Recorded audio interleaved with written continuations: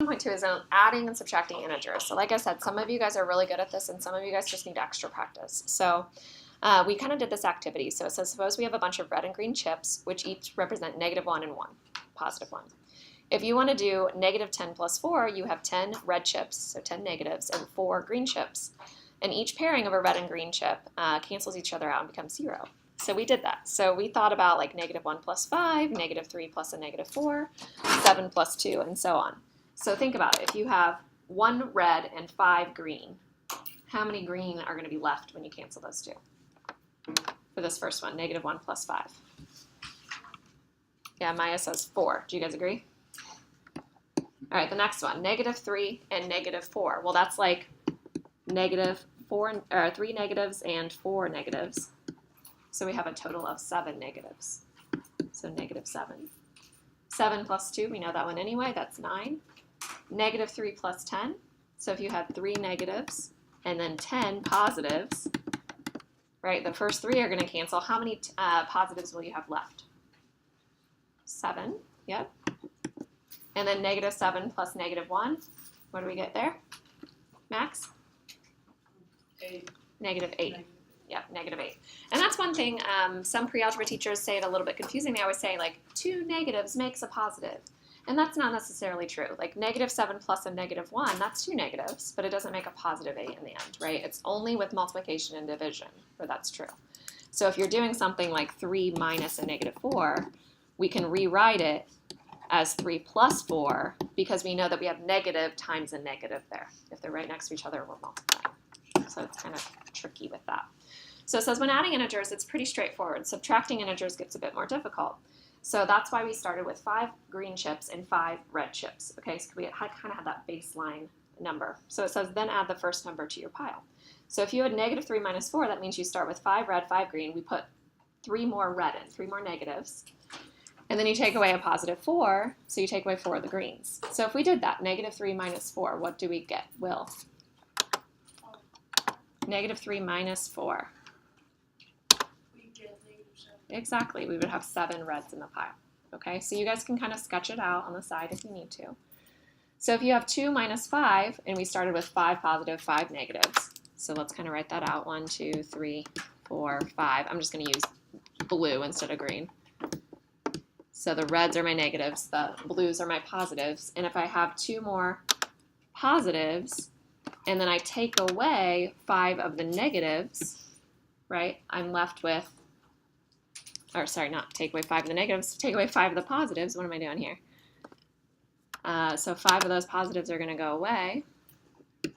We cancel 1, 2, 1, 2, and you're left with 3. Does that make sense? So we have 3 of the negatives. All right, so what about 8 minus a -3? Peter, what do you think? 8 minus -3 is 5. No, be careful. It's not 5. AJ, what do you do? It's 11. 11. So explain to him why it's 11 and not 5. It turns into an addition. Yeah, because when you're taking away negative numbers, the number is actually going to get to be more positive. So it's going to be 11. All right, -3 minus 2. Cam, what do you think? Sorry. Which one? -3 minus 2. Oh, -5. It is -5, exactly. 6 minus 4, 2. And then -5 minus a -1. Tessa, what do we think on this one?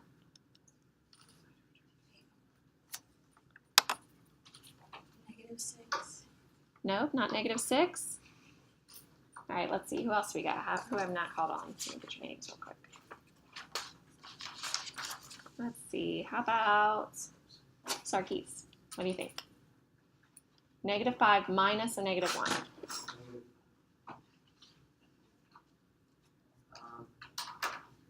Would be -6. No, not -6. Okay, so let's go ahead and do this one with our counters. So go ahead and take your counters out. Start with your 5 positive, 5 negative.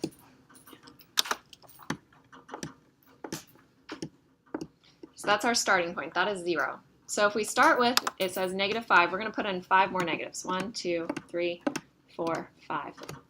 And then we're taking away a -1. So if I take away a -1, one of these is gone. Okay, so pair them up. These are gone. Okay, did you guys pair them up? How many negatives do we have left?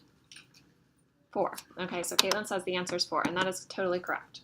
All right, so it's kind of tricky when you're taking away negatives. Okay, you want to think, is this making it closer to 0, like less negative? Is it making it even more negative? What's happening? So if you start with -5 and you are taking away -1, you're actually adding 1. So what we will often do is we'll rewrite it as -5 plus 1. Isn't that -4? Oh, thank you. Did I do? Sorry, -4, thanks. All right, so you borrow. So what's the point of this? What are real-life examples of adding and subtracting integers? We actually do this all the time. Anytime we're talking about money, it's positives and negatives. Hopefully when you guys get your first bank account, will be positives, right? But what happens if you had $500 in your bank account and then you go and you spend $550? Someone's gonna come at me. You have a negative amount of money, right? You lose $50. And probably the bank's going to charge you even more for going into the negatives. Does that make sense? So we deal with positives and negatives all the time. It's important that we get this down. Okay, quit the chit chat back there, guys. All right, so number 1. So it says you borrow the 4 summer reading books from the library with the intention of reading all 4. You are an overachiever. You've decided you're going to read all 4 of them. But you quickly realize that one of the books is just not your style, and you decide to return it to the library. So how many books do you owe to the library now? 3, right? That's a positive and negative. You borrowed 4, right? You gave back 1. You still owe them 3, right? All right, so the next one. It says you have owned an apple orchard for 3 years. And sadly, the apple trees are dying at a rate of 10 trees per year. You currently have 100 healthy trees. So how many healthy trees did you have 3 years ago? 130. Ah, good. So you're losing 10 each year. So it says, what math expression does this represent? Addition. So what are we doing? So we started with 100. So right now we have 100 healthy trees. And we're going backwards in time, right? Each year we're losing 10 trees. So if we go back 1 year and we lose 10 trees in that 1 year, do you see how that's minus a negative? That's what's happening. And we do it 3 times. All right, so it looks confusing, but that's the math situation that you just did in your head without realizing that you were dealing with positive and negative numbers, okay? So that would be a total of 130. All right, so the next one. It says you forgot your money for the drink shop. Do you guys use the drink shop yet? Have you figured that out in the lunchroom? And you forgot money on Monday and Tuesday, and you borrowed $1 from a friend each day. So on Wednesday, you repaid your friend $5. How much money will he return to you? So we borrowed $1 2 days in a row. So we're at -$2. And then we pay them back $5, right? So we're left with $3. I think you guys all understand how to do that without the symbols, right? You get it. You borrowed $2. You better get $3 back. You understand positives and negatives. All right, so number 4, at the beginning of August, you had $110 in your bank account. On August 10th, you deposited $35. So how much will you have now? 145, right? We added 35.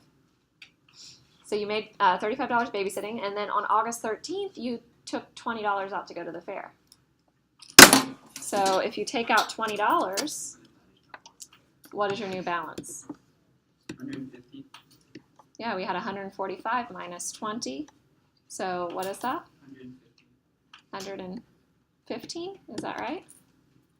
Not 115. Let's think about it. 145 minus 20, 125, yes. Oh, yeah, that's true.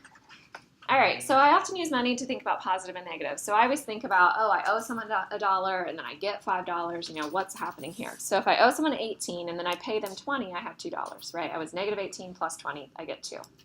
Let me write that down. So -18 plus 20 is equal to 2.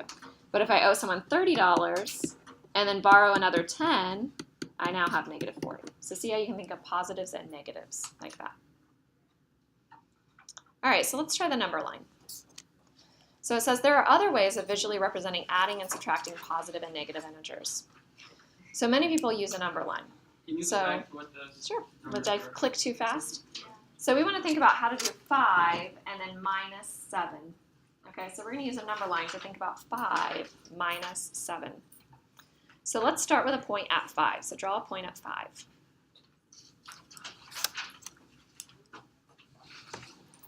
And if I'm subtracting out 7, that means I'm going backwards, right? Subtracting out 1 would put me at 4, 2, 3, and so on. So if I subtract out 7, go back 7 bumps. Do you guys see how you're now at negative 2? So 5 minus 7 is negative 2. So then what about if you had negative 2 minus 3? So let's try that one. So if I'm at negative 2 and I go back 3, I'm subtracting 3.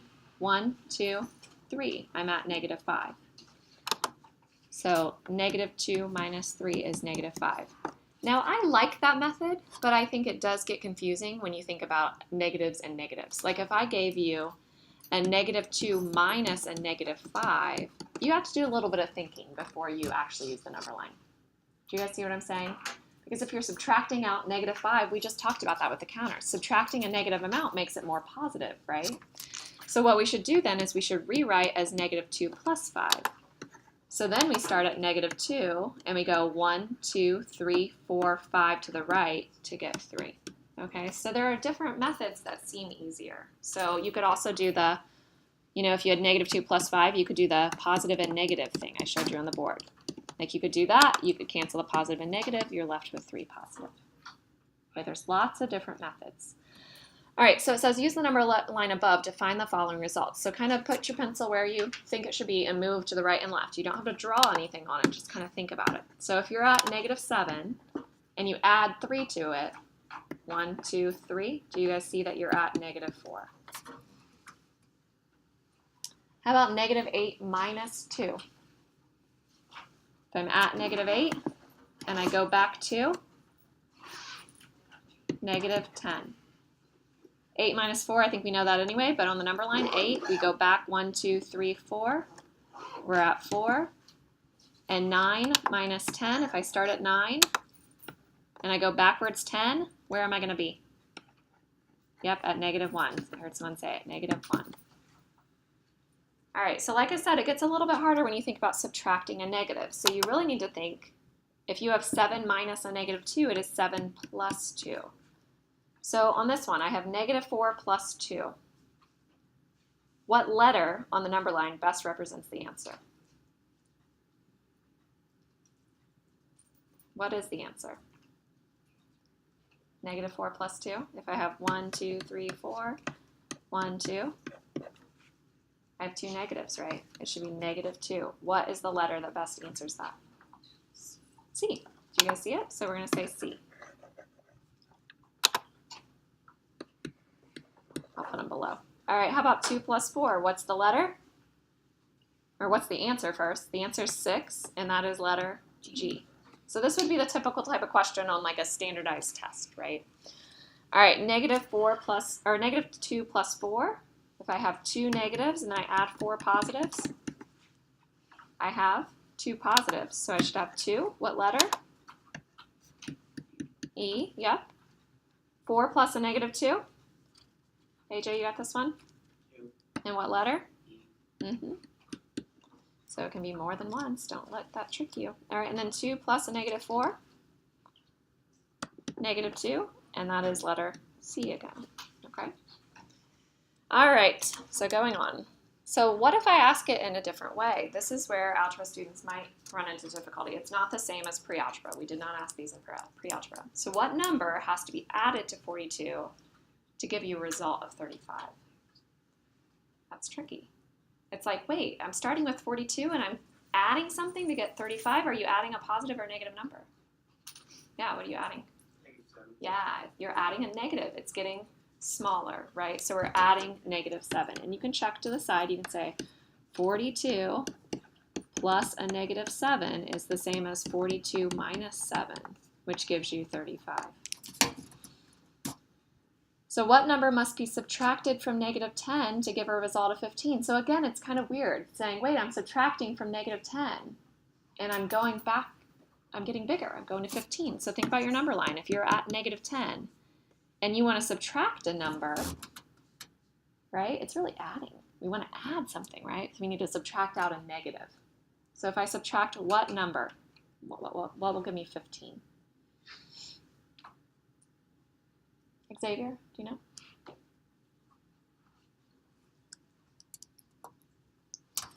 So what number must be subtracted from negative 10 to give you 15? Negative 25? Yep, that is perfect. Good job, guys.